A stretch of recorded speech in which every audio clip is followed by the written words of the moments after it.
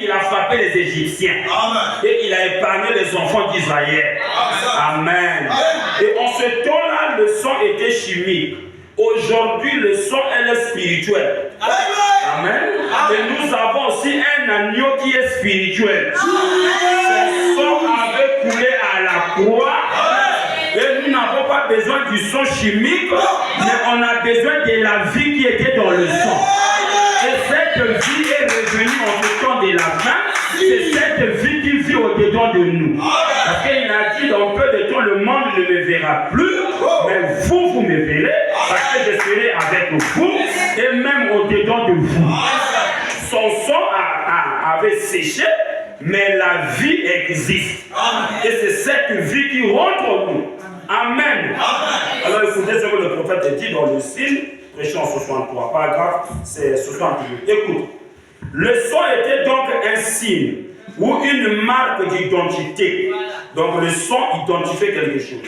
Le sang identifiait l'adorateur comme ayant abattu l'agneau, accepté l'agneau et appliqué le signe à lui-même. Amen. Le sang montrait que l'adorateur a accepté les conditions que Dieu a demandées. Donc c'était le sang là qui a prouvé que cet adorateur a appliqué les conditions de Dieu. Amen. Et en ce temps d'histoire aussi, pour savoir que tu as cru le message, il faut que tu aies le Saint-Esprit. Amen. Parce que le Saint-Esprit prouve que tu es croyant. Et Dieu accepte notre foi en nous donnant le Saint-Esprit. Dites Amen. Amen. Alors voyageons un peu, on va voir. Il dit quoi? Il dit bon. Il dit quoi? Bon. Montrant qu'il n'en avait pas honte. Peu lui importe qui le voyait. Il voulait que tout le monde le voie.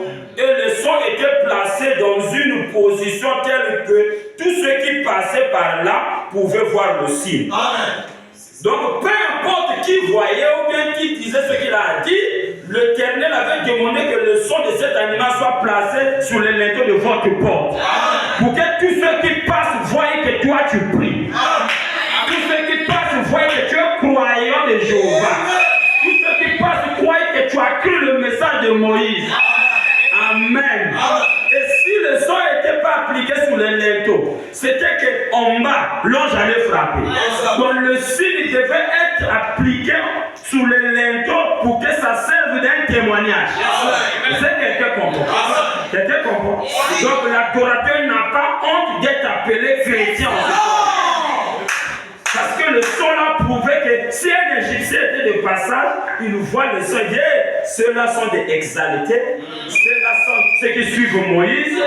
Comme en ce temps-là, c'était être un enfant d'Israël, on t'appelle esclave. On dit, ceux-là sont des tripoteurs debout. Regarde, ils ont encore mis le sang d'un animal sur eux. Mais ils n'ont rien à faire. Donc ils devaient subir des moqueries parce que le sang qui était sous les linteaux était un signe qui montrait que leur opposition était celle-là. Amen.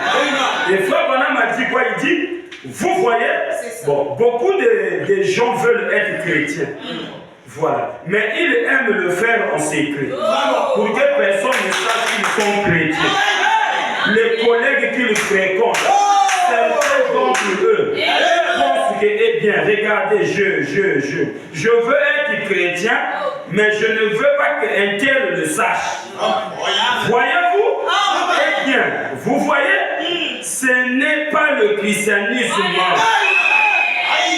Le christianisme doit montrer son signe publiquement.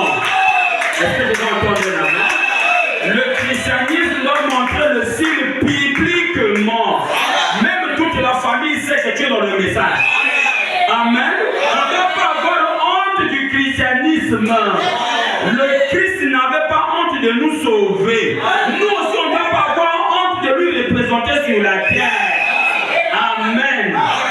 Dans la famille, souvent, si on entend que tu es catholique, ils sont contents. Quand tu entends que tu es parti dans la parole, tu es parti là-bas. Mais il faut te gaspiller. Il faut te ça devait beauté. Ça devait finir. Mais ils oublient de te dire aussi ton âme sera sauvée. Alléluia. Que Dieu te bénisse. Satan aime montrer le côté négatif. négatif. Mais il oublie de montrer aussi que comme tu as cru le message, ton âme sera sauvée. Amen. Et beaucoup aiment le faire en secret. Le prophète dit non, ce n'est pas le christianisme. Si vous avez honte de lui sur la terre, il aura honte de vous dans le ciel. Quand vous êtes devant les collègues, ils doivent savoir que tu es croyant. Pas seulement croyant, c'est mais croyant du message vital de la fin. Tu pries dans l'église de la parole. Dis amen. N'ayez pas honte de l'évangile. La Bible dit, je n'ai point honte de l'évangile. C'est une puissance de Dieu pour le salut de quiconque